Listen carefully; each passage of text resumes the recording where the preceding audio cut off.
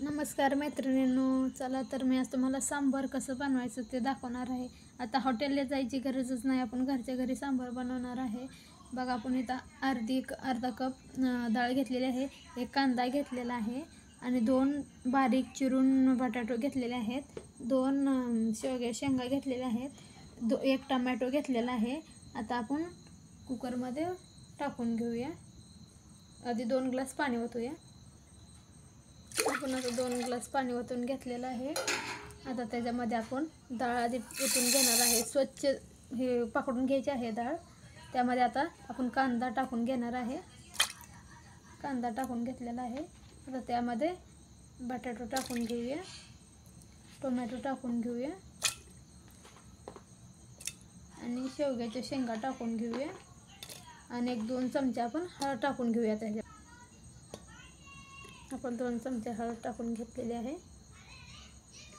आता आपण हे कुकर लावून 2 शिट्ट्या करून घेऊया। बघा, आता आपली डाळ शिजून झालेली आहे। आता आपण फोडणीसाठी लागणारे साहित्य बघणार आहे। बघा, डाळ किती छान अशी शिजलेली आहे। बघा, खूप छान अशी शिजलेली आहे डाळ सुद्धा। बघा फोडणीसाठी लागणारं साहित्य बघा। आता आपण इथं सांबार मसाला घेतलेला आहे 1 चमचा, इथं जिरा मोहरी घेतलेली आहे, इथं 2-3 मिरच्या घेतलेल्या आहेत, इथं थोडीसा कढीपत्ता आहे आणि इथं अद्रक लसूण काढून घेतलेला आहे आणि इथं तिखट थोडंसं घेतलेलं आहे। तुमच्या आवडीनुसार तुम्ही कसंही वापरू शकता तिखट। इथं तेल ओतून घेतलेलं आहे, आपण कढईमध्ये गरम करायला ठेवलेलं आहे तेल। आता जिरा मोहरी घालून घेऊया, चांगली कडकडीत होईपर्यंत ही करूया त्याला।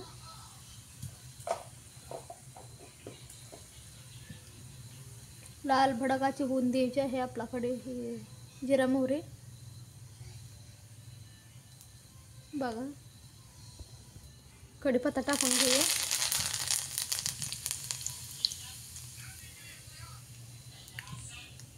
कढीपत्ता टाकून घेतलेला बघा, लालसर झालेला आहे कढीपत्ता।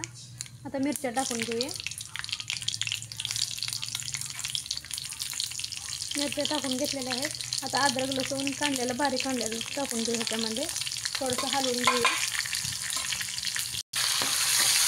छान असं आपण यात काही वापरायचं नाही, कांदा वापरायचा नाही, टोमॅटो वापरायचं नाही, कारण की आपण शिजवतानाच टाकलेला आहे मिसळून। आता ह्याच्यामध्ये सुहाना मसाला टाकून घेऊया। अगदी हॉटेल स्टाईलच आपण बनवणार आहे मित्रांनो। आता ह्याच्यामध्ये तिखट टाकून घेऊया,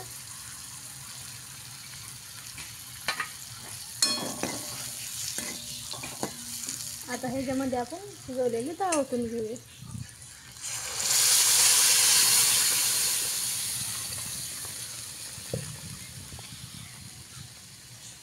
अशी छान अशी घट्टच बनायचं आहे आपल्याला, जास्त पातळ नाही बनवायचं। बघा,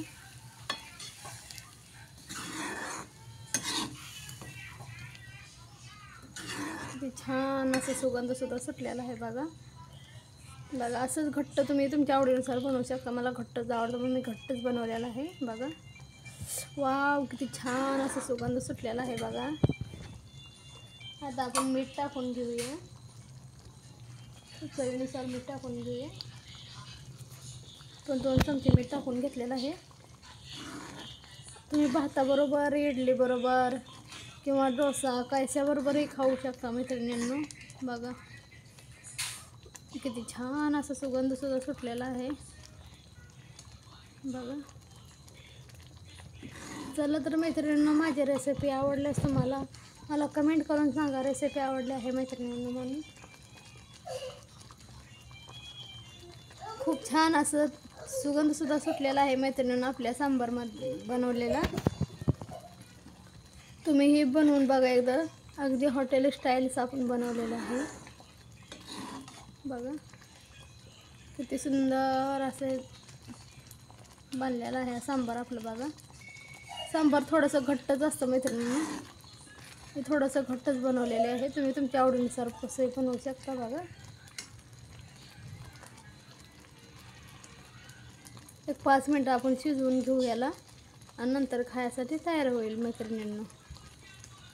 तोपर्यंत नमस्कार।